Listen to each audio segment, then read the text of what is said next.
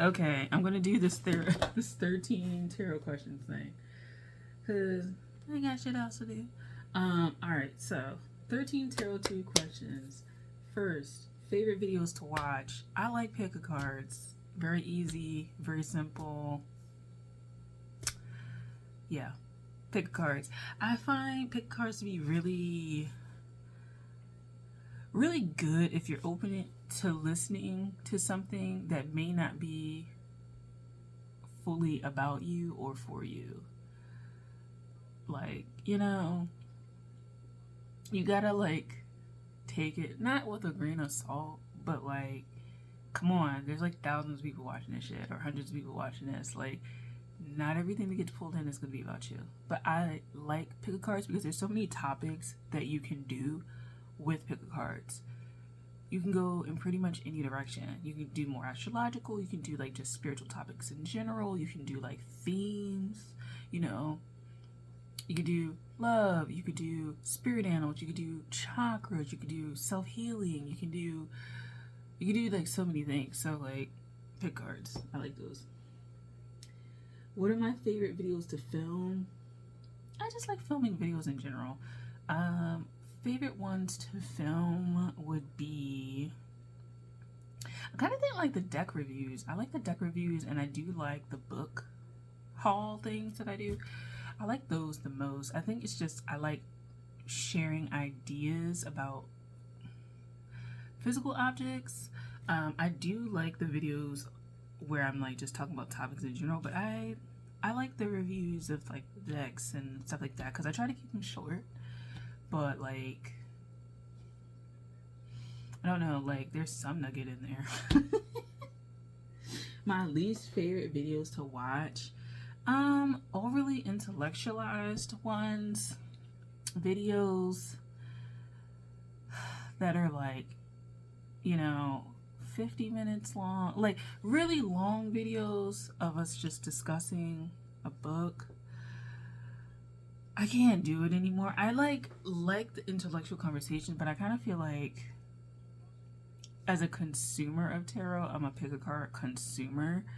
And so I'd rather watch like a 50-minute reading of that than like a 50-minute reading of like you going through like the Kabbalah or something like that. Like, I'm just, to be honest, like I would have to break that up a lot. And then also, yeah, that's basically it. Never mind. The favorite part of the tarot community, I think, would be, I think the favorite part is just the people are brave enough to get on here. I mean, tarot, even if it's more mainstream and popular, it's still kind of looked at funny by some people. You still kind of get weird looks. You still kind of get a little bit shamed or shunned. People kind of look at you like you're not all there. And there's a little bit of stereotyping about spiritual people in general, because tarot kind of goes into that spirituality. I think people put spirituality and delusion in the same box depending on who you're talking to. And so just to be able to like show your face and like share your opinions about stuff, like, you know, bravery. Least favorite part about the tarot community, that they have all these weird, like, I don't know, sometimes I just be like, these weird fallouts. Because you can talk about the pick card pile, everybody's a karmic doing magic and stuff like that, so it's a bunch of drama with that. Then the intellectual side is kind of like the pick card people aren't serious, and then you got like these little cliques and these little groups, and it's just like, I ain't got time for none of that. I watch pick a card side obviously more. I'm not into the your baby daddy is like no longer with you or some shit like that. I don't have time for that. What's the karma for leaving you? Living a good life. Maybe they're living a good life without your ass. I don't know. Maybe you're the fucked up one. But then the intellectual side is kind of like there's a hierarchy with that. Like, you gotta read so many books before you can even learn, and you gotta know the suits, and you gotta know what it means, and there's so much that you can learn, and it's just like, child, get the fuck on with this.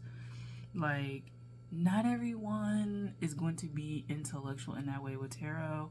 And I kind of feel like the over intellectualization of it really kind of, you can definitely tell the more intuitive spiritual psychic readers from like the more intellectualized ones. They both have their merits, but I find the intellectualized ones really have like weird issues when it comes to other groups of tarot readers, and I don't know what that's about. So yeah. Sorry, my bad. I done blew through these questions. Number 6. What motivated you to start your channel? I was like, well, why not? It was about like, I had gotten my first deck in 2017, and then I started my channel like 2019. I had been reading for myself and like my friends and shit like that, for that little period of time, and I was like, shit, why not do it? So I'm not formally trained. I'm not someone who like read all this stuff. I literally was just like, this is what's coming to me. Here you go. There you go. There you go. And I've learned more about the cards as I've gone. And that's the thing of like, if you want to start a tarot channel, I mean, like, you know, maybe know that there's Rider-Waite, Marseille, and Thoth, and like what general knowledge the elements mean, numbers mean, and stuff like that. But like, child, stop worrying about, like, as long as, like, if you're not making that shit up, like, just completely throwing it out your ass, like, you'll probably be doing fine. Somebody will resonate with that shit. Someone will resonate with it. Who inspires you most on YouTube? To be honest, I like a lot of vlog content, so this is just out of tarot in general. So it inspires me, ASMR content. So if you do flip throughs and stuff like that, I like those on the more tarot side.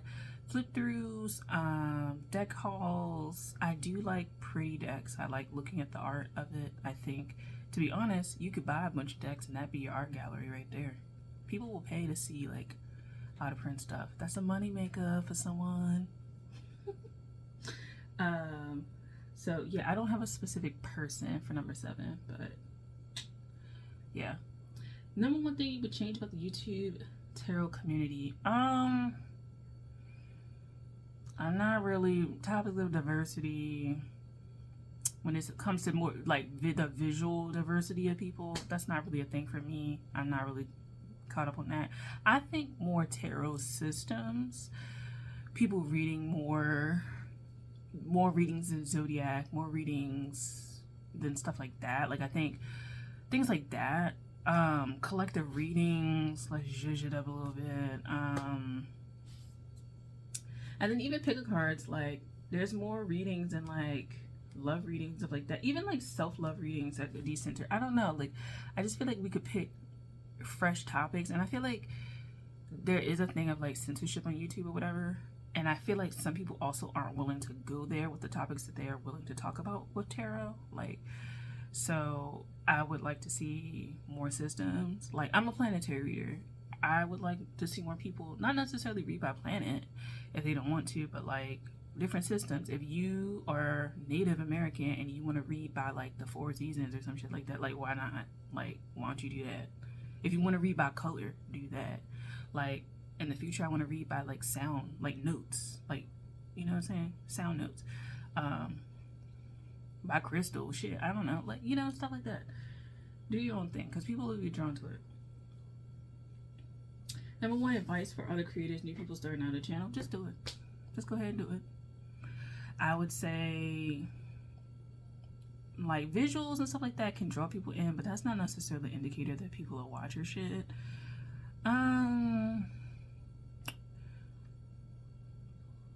Yeah, just get started. Just get started. So that was number 9. What do I like about YouTube as a whole? There's just a bunch of shit on here that you can watch. That's it. It's just a bunch of shit you can watch. Like, anything that you want to learn about, you probably can find it on YouTube. Anything that you want to see, you can probably go on YouTube and find it. And yeah, there's that. What is a deck? This is number 11. What is a deck divination tool you use alone but don't show or use online? There's not too much of that, to be honest. No. The only things that I really don't talk about too much, I had a Patreon, so I might just release those on this channel. What I specifically, I guess, do, like, the stuff that I experience offline, if it's not like specifically related to like astrology topics and stuff like that, I probably don't mention on the channel. Like, I'll talk to my friends about it, like, you know, serious issues that I feel like I'm having spiritually. So yeah, like, outside of that, like, people generally know that I like do ancestor like altars and stuff like that, but they don't know all of what that entails. So there's that. And the experiences that I've had with my like Reiki and stuff like that, I've described it, but it's just really hard for y'all to understand. Like, it would be really hard for y'all to understand because you probably have never experienced those things. So if you want to look at what my Reiki journey has been and blah blah blah, you can go ahead and do that.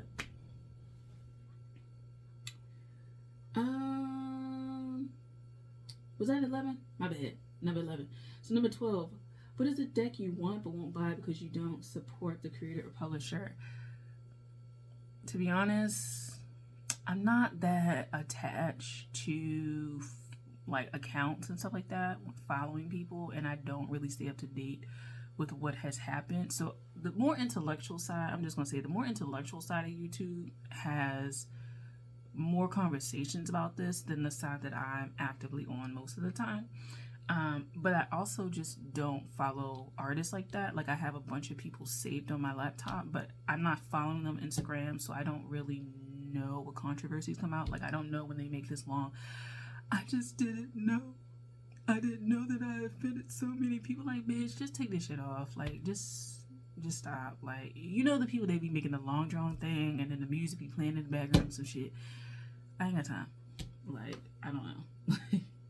So there's really no deck that I know of that, like, I was like, yeah, I'm with it. And then I read the creator and like, oh girl, like, what the fuck is going on with you? Like, what's in your mind? No. What's on your heart? No.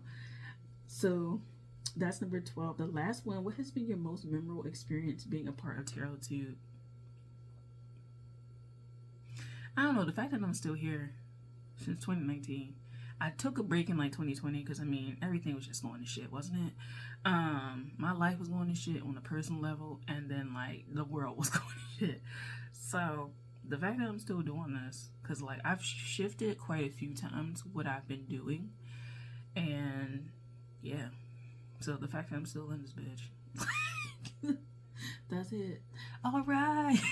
That was 13 questions. People will be looking at this like, what the hell is wrong with you? A lot. All right. Thanks for watching.